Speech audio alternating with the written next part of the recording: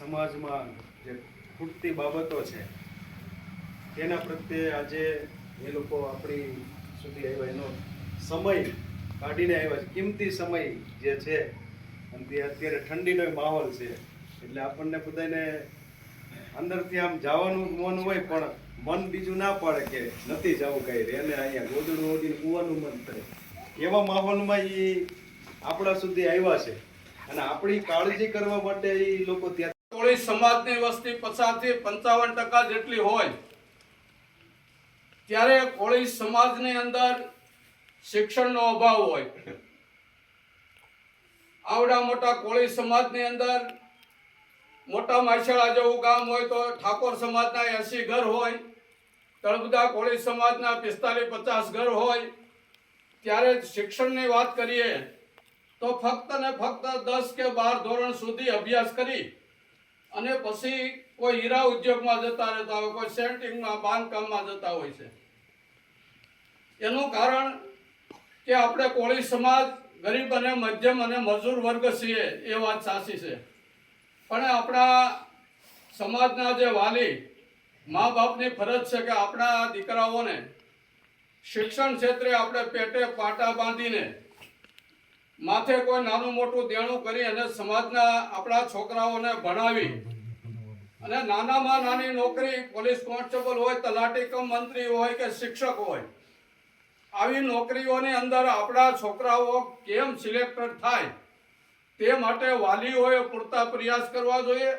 અને વાલીઓ જો આવા પ્રયાસો કરશે તો અમરેલી જિલ્લાની અંદર હોય કે ગુજરાત રાજ્યના ગમે તે જિલ્લામાં હોય, દરેક જિલ્લાની અંદર સમાજના આગેવાનો ઘણા શિક્ષિત છે, ઘણા સમાજને મદદરૂપ થવા પણ તૈયાર છે.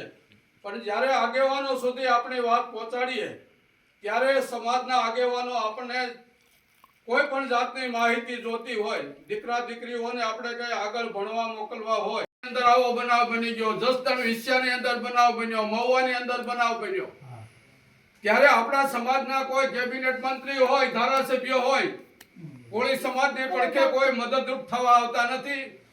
જેના કારણે આજે કોળી સમાજ પીસાય છે અને બીજા સમાજના રાજકીય આગેવાનોને આપણે ભલામણ કરવી પડે છે. ત્યારે આપણે નીચું જોવા જેવું થાય છે કે આ કોળી સમાજની કિંમત શું છે. મત આપણા લઈ જાય બીજો સમાજ, સત્તા આપણા ઉપર બને, ધારાસભ્ય આપણા મતથી બને અને આપણે એની પાસે જવું પડે છે. ત્યારે કોળી સમાજે સમજવું જોઈએ કે કોળી સમાજનો આગેવાન ગ્રામ પંચાયત થી લઈ તાલુકા પંચાયત દાખલા રૂપ છે કે આપણે સરકાર સામે લડવું પડશે. અત્યારે આપણી માંગ એવી છે કે કોળી સમાજની તમે વસ્તી આધારિત ગણતરી કરો અને અમારી સંખ્યા વધારે હોય તો અમને વધારે અનામત ટકાવારી મળવી જોઈએ. આ મુદ્દો એક છે. બીજું કે આપણે કોળી સમાજની અંદર જે અત્યારે હોય કે ભાઈ આ ભાઈને ખોટી રીતે પોલીસ બેસાડી ન શકે, એમનો કઈ ગુનો હોય, ગુનો નોંધાણો હોય તો એને સમય મર્યાદા હોય કે 24 કલાક રાખ્યા, 24 કલાક પછી એને રજૂ કરી જ દેવા પડે. પણ તમે કઈ જાણતા ન હોય તો તમને 48 કલાક બેસાડી રાખે, એની રીતે ટાઈમ નાખીને તમને અટક દેખાડે.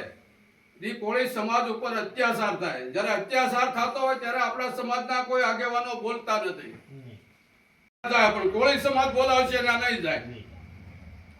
પસાર રહેવાનું મુખ્ય કારણ કોળી સમાજને એકબીજાના ટાટિયા ખેંચના કારણે કોળી સમાજ પસાર છે. એટલે હું તે દરેક જગ્યાએ કહું છું ભાઈ તમે જ્યાં સુધી મને જ્યાં ગામની અંદર ઠાકોર હોય તો ભલે, તળબદા હોય તો ભલે, એકતા થતી હોય તો હંમેશા એક મીટિંગ બોલાવી અને કોળી સમાજ એક રહ્યો. પણ હજી આ કોઈ શક્ય ક્યાં બન્યું નથી. થાય કે મારા કોળી સમાજને રાજકીય રીતે આગળ લાવવા છે, કલેક્ટર સુધી મારો કોળી સમાજનો દીકરો હોય, કોન્સ્ટેબલ થી લઈ દરેક કચેરીઓમાં મારા કોળી સમાજના 5 દીકરાઓ દેખાવા જોઈએ. જ્યારે કોળી સમાજમાં આવી ભાવના ઊભી કરીશું ત્યારે બીજા સમાજની પડખે આપણે હાલવાનો આપણે અધિકાર છે. ત્યાં સુધી આપણે કોકની સાળ પકડીને પાછળ ચાલવાનું છે, જીવવું જોઈએ. એ રીતે જીવતા મોટા માછિયાળા ગામે તૈયારી કરી છે ત્યારે એનો પણ મને ગર્વ થયો મનસુખભાઈ. નકર આ ગામની અંદર કોળી સમાજે ક્યારેય ચૂંટણીનું ફોર્મ ભર્યું નહોતું. એટલી જાગૃતિ આ ગામમાં આવી છે, એ એક સારું છે. આપણે કોઈ રાજકીય વાત નથી કરી. બીજી કે કોળી સમાજની અંદર જે આપણે વધારે વસ્તી હોય, સમસ્ત કોળી સમાજની ડીવાયસપી સુધી જે થોડા આપણા સમાજના છોકરાઓ દેખાય છે, પણ કલેક્ટર ડીએસપી રેન્ક સુધી આપણો સમાજ નથી પહોંચવાનું કારણ છે કે 10% ઈવીસી પાટીદાર સમાજને હોય, એનામાં શિક્ષણ હોય, એના સત્તામાં બેઠેલા મુખ્યમંત્રી હોય, એના માટે અલગ રૂમની વ્યવસ્થા કરે, ધામ ઊભા કરતા નથી, ક્યાંય શૈક્ષણિક સંકુલ ઊભા કરતા નથી, આપણા સમાજને ક્યાંય ઉપયોગી થતા નથી, ક્યાંય સલાહ આપતા નથી. પછાત રહેવાનું કારણ ફક્ત આ છે, કોળી સમાજ એસપી કલેક્ટર સુધી નહીં પહોંચવાનું કારણ આ પ્રતિનિધિઓ આપણા છે. તો આના માટે જ્યાં સુધી ઉપરા જે રાજકીય નેતાઓ છે આપણા સમાજના, એનામાં ખેંચાખેંચી બંધ થાય, અલગ બેહારવામાં આવે, ન્યા પરીક્ષા લેવાઈ જાય, એને ખોડલધામ હોય, ખોડલધામના આગેવાનો હોય, આ આગેવાનો એને પૂરતી વ્યવસ્થા કરી દેશે. ત્યારે આપણે કોળી સમાજની અંદર આવું ક્યાંય ખોડલધામ કે સામુંડા ધામ નથી.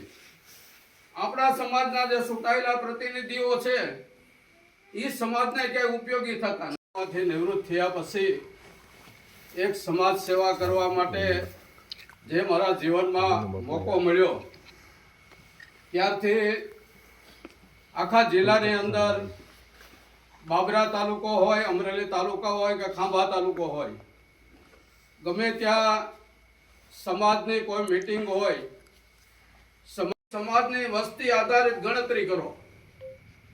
જેની વસ્તી વધારે એનો વધારે ભાગ, જેની વસ્તી ઓછી એને ટકાવારી ઓછી, અને 54% આપો. 146 જ્ઞાતિ છે એટલે અમારે 27% નો હાલે. 54% અનામત આપો. એ માટે હમણાં કલેક્ટર સાહેબને અમે આવેદન પત્ર આપ્યું, હિંમતભાઈ પણ આવ્યા હતા.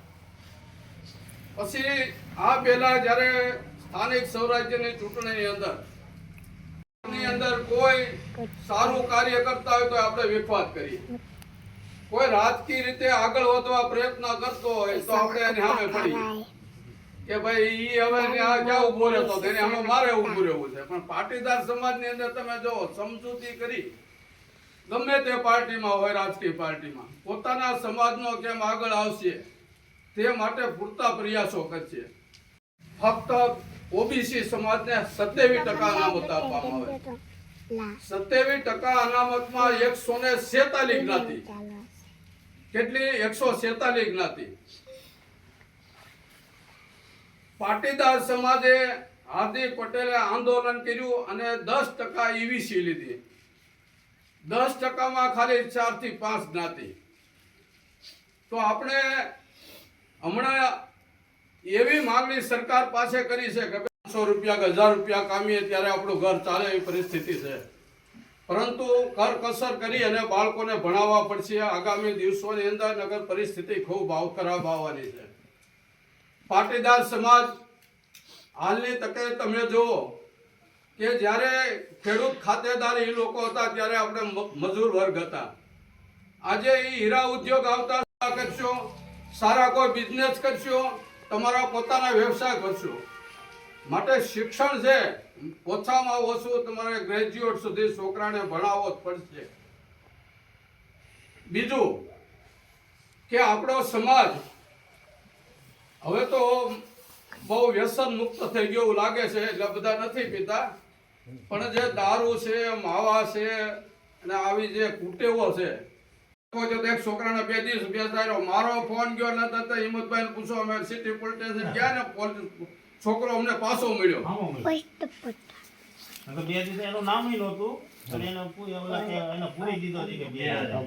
એટલે જ્યાંથી ઈ કે હું જાણું છું, મેં ડિપાર્ટમેન્ટમાં નોકરી કરી છે એટલે હું જાણું છું. એટલે આવા આપણે મનસુખભાઈ જેવા છે, આવા આપણા પોલીસ સમાજમાંથી રિટાયર્ડ મેનો હોય કે ચાલુ નોકરિયાત હોય એકબીજાએ આપણે સમાજને જે કે વિધાનસભા હોય કે સંસદ સભ્ય હોય એ જગ્યાએ આપણો કોળી સમાજનો આગેવાન બેઠો હોવો જોઈએ. આવી જ્યારે હમદર્દી કોળી સમાજમાં ઊભી થશે ત્યારે પરિવર્તન આવવાનું છે. ફક્ત ને ફક્ત કોળી સમાજની અંદર ખેંચાખેંચી કોઈ સમાજ સેવા કરતું હોય, કોઈ બીજા સારા કાર્યો કરતા હોય તો કોળી સમાજ હંમેશા ન્યા નથી જાતા, પણ બીજા સમાજના કોઈ આગેવાન છીએ ત્યાં દોડીને ટેસો કરીએ છીએ, પણ ક્યાં એ ભેગા થતા જ નથી. મારે પણ પરિસ્થિતિ એવી જ છે ચિત્તલની અંદર. આપણે ભેગા કરવા ઘણું કરીએ પણ નથી થતા. શું કરીએ? તો આ જે મુખ્ય આગેવાનો કોળી સમાજના છે એ કોળી સમાજ એક થાય અને કોળી સમાજને શિક્ષણની જરૂર છે, કોળી સમાજને સારા રોજગારની જરૂર છે, કોળી સમાજ આર્થિક રીતે સદ્ધર થાય તે હંમેશા આપણે પ્રયાસો કરવા જોઈએ. કોળી સમાજને મદદરૂપ થવું જોઈએ. તમારા ગામની અંદર પણ ગઈ ટર્મની અંદર જે ગ્રામ પંચાયતની ચૂંટણીની અંદર કોળી સમાજ ક્યારે ફોર્મ ભર્યું નહોતું, ઈ ગઈ આપણે પેનલ બનાવી તમારા સહકારથી અને તમારા બધાના ડરપોક વગર તમે જે પેનલ બનાવીને લડ્યા એનો મને ખૂબ ગર્વ થયો અને એમ થયું કે આવો જ મારો કોળી સમાજ લીડર હોવો જોઈએ. કોઈથી પણ ડરપોક વગર લોકશાહીની અંદર આપણે લડવું જોઈએ. કોઈ હારે આપણે બાંધવું નથી, કોઈ હારે તકરાર કરવી નથી, પણ લોકશાહીના જે આપણી પાસે હક છે તૈયારી હતી. આખા ગુજરાત રાજ્યની અંદર બધે આવેદન પત્રો દીધા અને સરકારને ફરજ પાડી અને આપણે આ વખતે સ્થાનિક સ્વરાજ્યની અંદર 27% આપણે ઓબીસી ને સીટો આપી. એટલે આપણા સમાજને કે ઓબીસી માં આવતા સમાજને આ આવતી તાલુકા પંચાયત જિલ્લા પંચાયતની ચૂંટણીમાં ઓબીસી સીટો ખૂબ જ ફાળવવામાં આવી છે. એટલે જેને જ્યાં લડવું હોય ને આ ઓબીસી સીટ ઉપર કોળી લડીએ કે જે કોઈ સમાજ આવતો હોય ઓબીસી માં એ બધું તો એને પછી ગામમાં કોઈ જાણકારોને કેવું પડે ભાઈ કલેક્ટર કચેરી ક્યાં છે તો એને ટાઈમ હોય તમને લઈ જાય ભાઈ કાલ જાવ 2 વાગે. પણ તમારા સમાજમાંથી 2 જણા તૈયાર હોય સાહેબ જેવા કે ભાઈ હાલો તમારે ક્યાં કલેક્ટર ઓફિસે જવું છે, ક્યાં તમારે ડિસાઇડમાં એડમિશન લેવું છે તો એ બતાવી શકે. હું નિવૃત્ત થયા પછી આપણા સમાજના એટલામાં ક્યાંય હોય કોઈ પોલીસ ખાતા હેરાન કર્યા હોય તો મને કયો. મારો એક ફોન જાય સુરતથી વિદેશમાં પહોંચ્યા ત્યારે આપણે મજૂરી કરતા હીરામાં આવ્યા અને હીરામાંથી હજી સુરત સુધી પહોંચ્યા છે. એનું કારણ શિક્ષણનો અભાવ છે. આપણને કોઈક એની સાલ પકડીને સુરત દેખાડે તો આપણે સુરત પૂગ્યા છે, આપણી જાતે કોઈ પૂગ્યા નથી. એટલે શિક્ષણની પહેલા જરૂરિયાત પડશે કે બધાને નોકરી કરવી ફરજિયાત નથી થાય અને કોળી સમાજ હંમેશાના માટે ખૂબ જ આગળ વધે એવી વીર માધાનતા ભગવાનને સૌ પ્રાર્થના કરીએ. જય હિન્દ, જય ભારત, જય વેલનાથ, જય માધાન.